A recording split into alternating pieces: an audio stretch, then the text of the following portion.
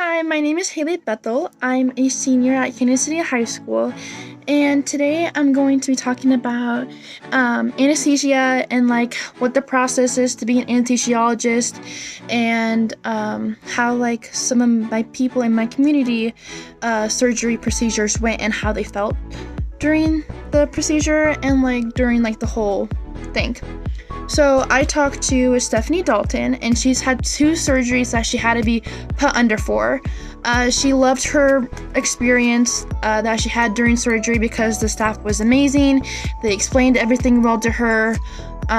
They were very understanding of how she felt, and she had a lot of questions, and they were very fun. They answered all the questions and stuff, and it was just really smooth because they knew what they were doing and stuff. And so being a patient going into surgery, definitely ask a lot of questions because it definitely makes you feel better about the procedure. Do some research about the procedure. Just be open-minded about it because these doctors and nurses know what they're doing and they've took a lot of years of college on it. Stephanie said that her time there at the hospital with all the staff communicating with her and letting her know what was going on, answering all the questions, it just made her experience way better. And the thought that she had during the surgery, she wasn't scared. She felt more comfortable because her questions were answered. And then I talked to Heather, and she is a CRNA, and which is a nurse that specializes in anesthesia. And so it's a certified registered nurse in anesthesia, so CRNA. And she explained to me what steps that she took to get to where she is right now and how it's impacted her life. And so she has a degree in anesthesiology education. And then she attended Washington State University to get her undergraduate degree in Bachelor of Science in Nursing, a BSN. And then she worked 7 years as an RN. And then she said to be a CRNA, you must complete a bachelor's degree, which is usually a BSN. And then you must be a RN, which is a registered nurse, for a minimum of 2 years in intensive care. And then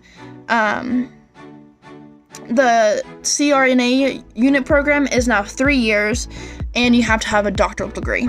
And then she said that she loves her job, and she loves explaining to people the procedure that they take because it definitely calms them down. You can tell when somebody is going into surgery and they are really anxious and scared because they don't know what they're getting into. And she just loves being able to talk to them and explain the procedure and them just being calm and more comfortable with them. She said her favorite part is helping women have a smooth and comfortable labor because there's different types of anesthesia. There's different types of labor, anesthesia they need for labor. There's different types of surgical procedures that you take. And so for labor, they usually do a spinal anesthesia or an epidural, which is also known as epidural. And it goes in the back of your back, and it numbs just your whole back. And an epidural numbs the bottom half, by your pelvis and your hips. And that you are conscious for it, but for back surgeries, you also use a spinal anesthesia, and you are unconscious for it. But epidural, you are conscious. And then you have general anesthesia, which is if you're going having brain surgery, they give it to you in an IV or a mask, and it affects the whole body, so your whole body will fall asleep, and you will be asleep for this procedure, depending on what you're getting worked on if you have general anesthesia. And you won't feel anything, and it puts your whole body to sleep.